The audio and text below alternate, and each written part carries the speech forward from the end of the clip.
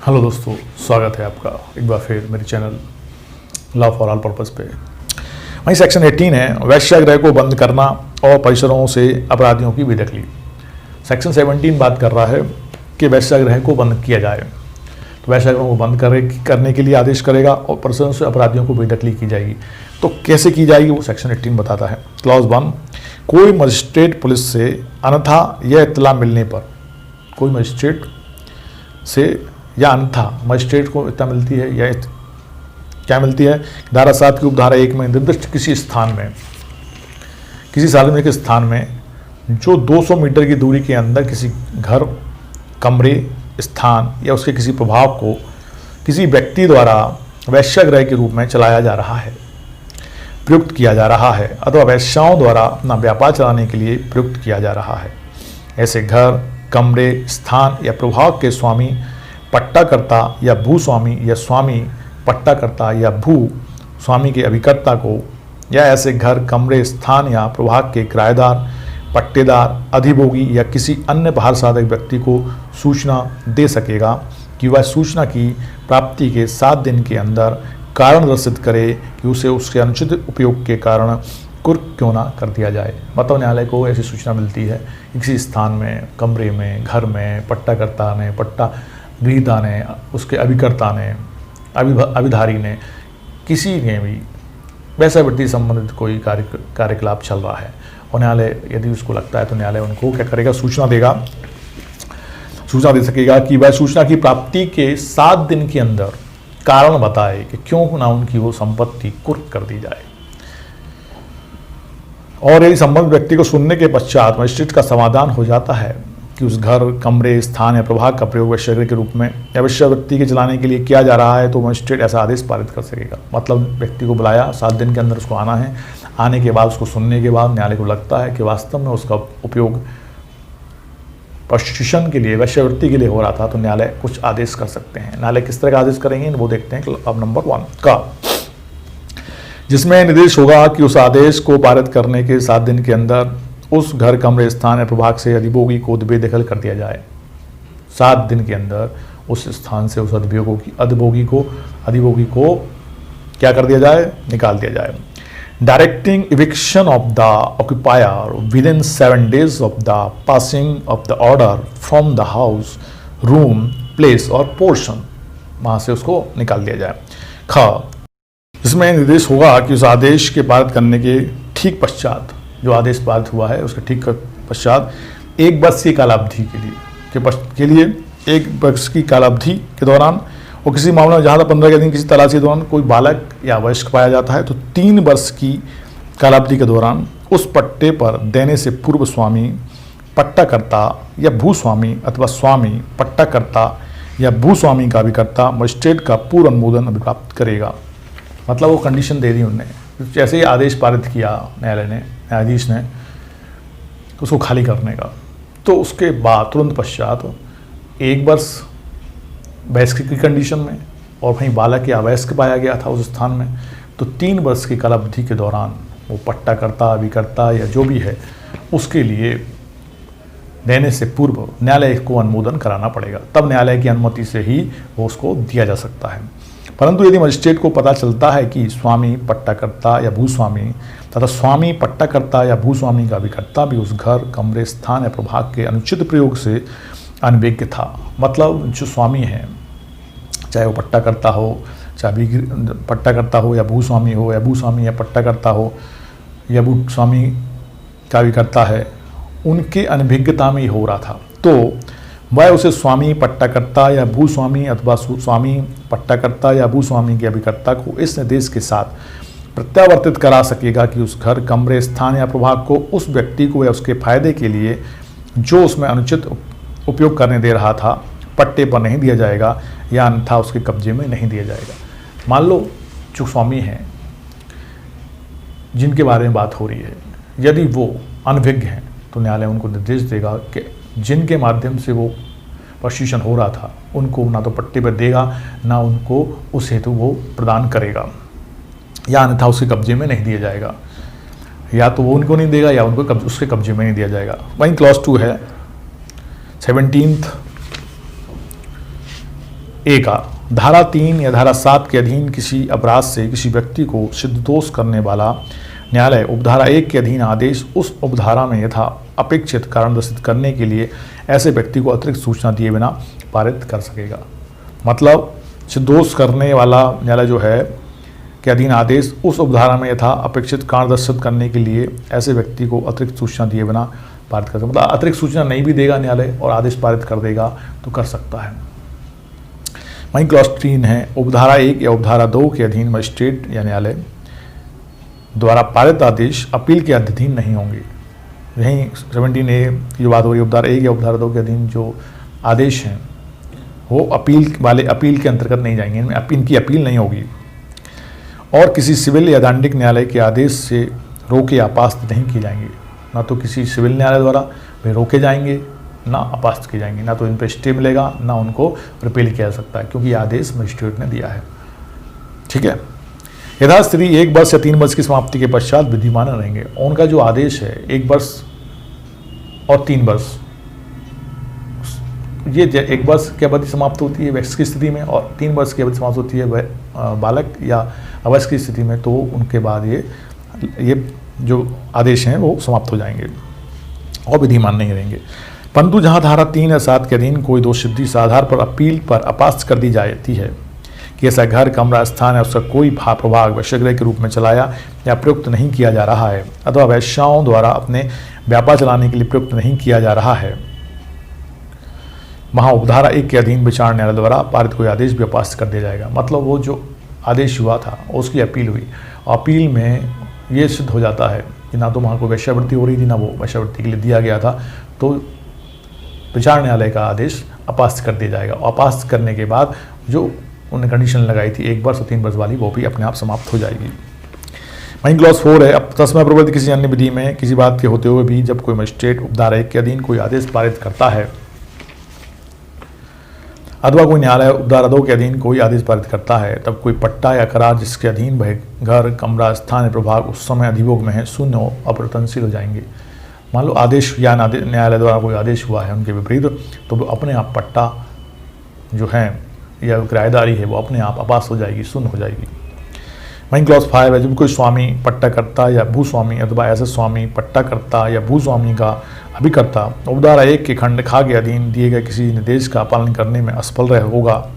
तब वह जुर्माने से जो 500 रुपये तक न्यायालय ने आदेश दिया है और उन नियमों का पालन करने में ये असफल रहते हैं तो न्यायालय उसके लिए दंडित कर सकता है। भाई जुर्माने से जो 500 रुपये तक का हो सकेगा दंडनीय होगा, अथवा जब उस उपधारा के प्रबंधक के अधीन आदेश का पालन करने में असफल होगा तब यह समझा जाएगा कि उससे धारा 3 की उपधारा 2 के खंड खा या यथास्थिति धारा 7 की उपधारा 2 के खंड गा के अधीन अपराध किया है और वह तदनुकूल दंडित किया जाएगा। यदि वो वायलेशन करता है जो रूल्स न्यायाधीश ने लगाए हैं तो 500 रुपये तक का जुर्माना, और यदि वो लगते हैं कि सेक्शन 3 की उपधारा 2 के अंतर्गत है, सेक्शन 3 में क्या था कि वैश्यावृत्ति के लिए परिसर का देना या उन्हें मदद करना, वहाँ 7 में क्या था सार्वजनिक स्थान पर वैश्यावृत्ति, और इनके जो सेक्शन है इनका वायलेशन में यदि कोई व्यक्ति कुछ करता है तो उन सेक्शन के अंतर्गत दंडित किया जाएगा। यहाँ सिर्फ नियम का उल्लंघन करने का 500 रुपये का तक का था, और यदि सेक्शन 3 और क्लास 2 और सेक्शन 7 के खंड सी 7 के का क्लास 2 का सी है और उसका वायलेशन हो रहा है तो उनके हिसाब से उन्हें दंडित किया जाएगा। तो ये सेक्शन कंप्लीट हुआ है अपना सेक्शन 18, 17 हो गया था, उसके बाद सेक्शन 18 है हो गया है। उसके बाद अपन आते हैं सेक्शन 19 पे। संरक्षा गृह में रखे जाने या न्यायालय द्वारा देख रेख और संरक्षण प्रदान करने के लिए आवेदन। संरक्षा गृह application for being kept in a protective home और प्रोवाइडेड केयर एंड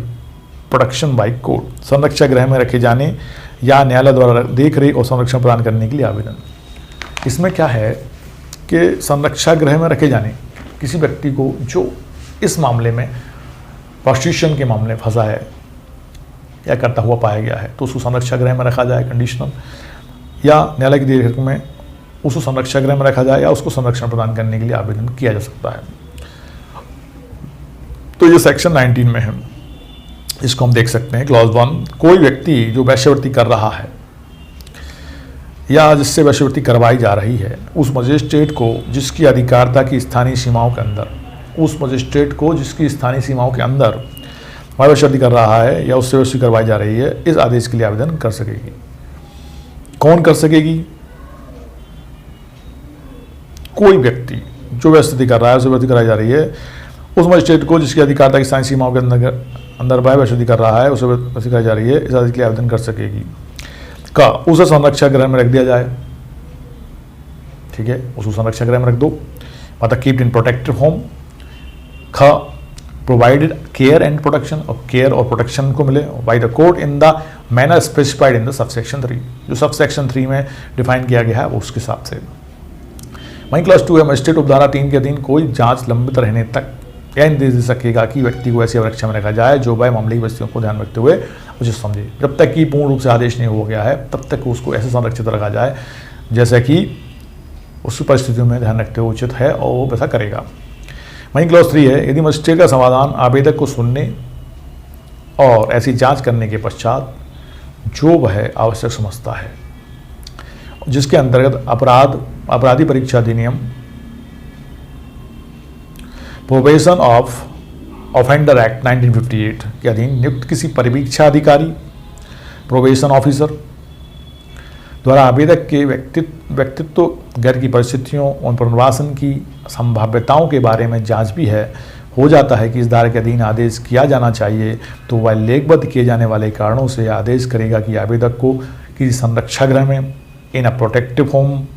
किसी सुधार संस्था में, इन अ करेक्टिव इंस्टीट्यूशन, या मजिस्ट्रेट द्वारा नियुक्त किसी व्यक्ति के पर्यवेक्षण के अधीन under the supervision of a person appointed by the magistrate, ऐसी अवधि के लिए जो आदेश में निर्दिष्ट की जाए रखा जाएगा। यदि न्यायालय मजिस्ट्रेट के समक्ष आवेदन हुआ है और आवेदन को सुनने के बाद परीक्षा अधिकारी से परीक्षण करवाने के बाद न्यायालय को लगता है कि यदि उसको संरक्षा गृह में रखा जाए, किसी सुधार संस्था में रखा जाए या किसी मजिस्ट्रेट के द्वारा आदेशित किसी व्यक्ति के पर्यवेक्षण में रखा जाए, तो न्यायालय ऐसा कर सकता है। वहीं सेक्शन 20 है, वेश्या का किसी स्थान से हटाया जाना, removal of prostitute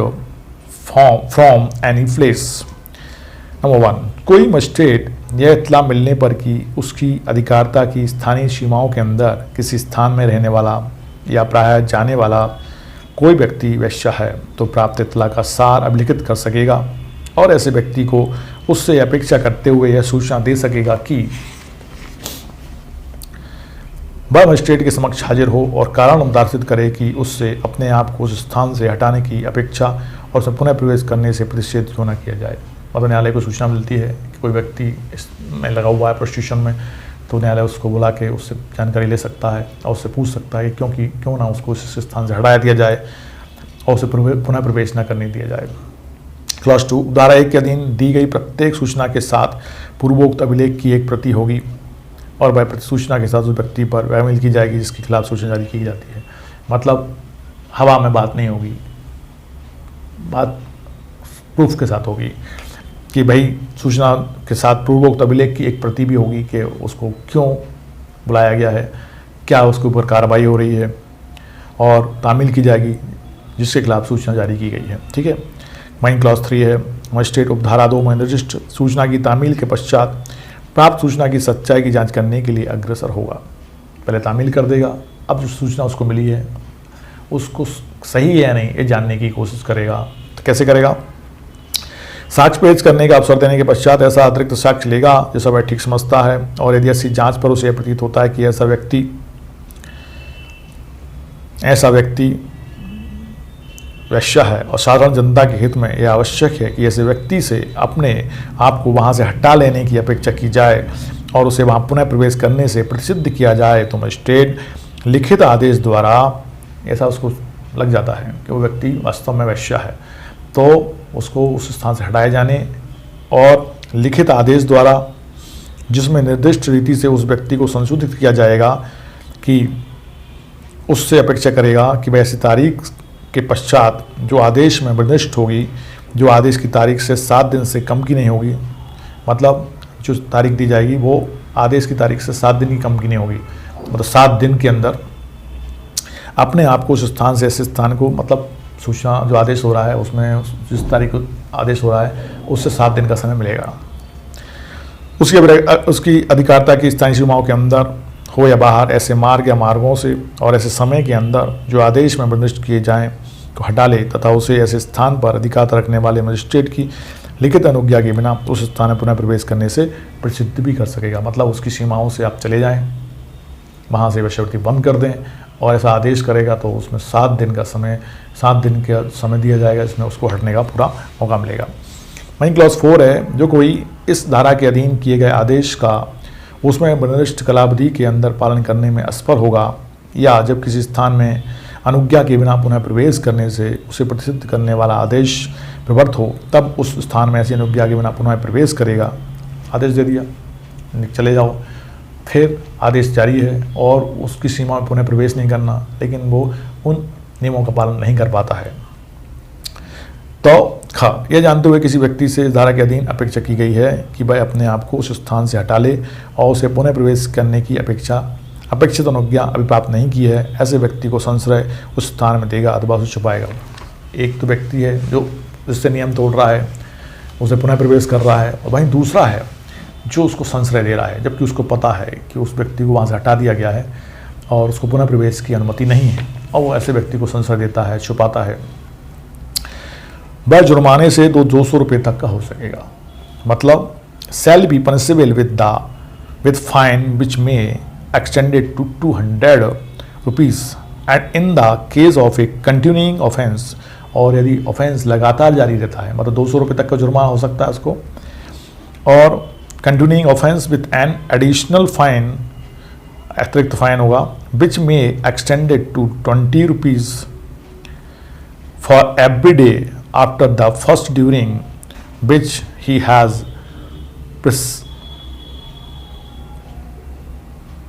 persisted in the offense। मतलब 20 रुपीज़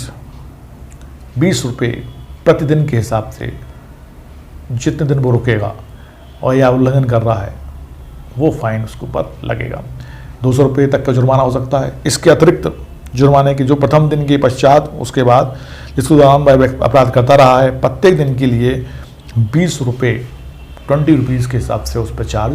लगेगा।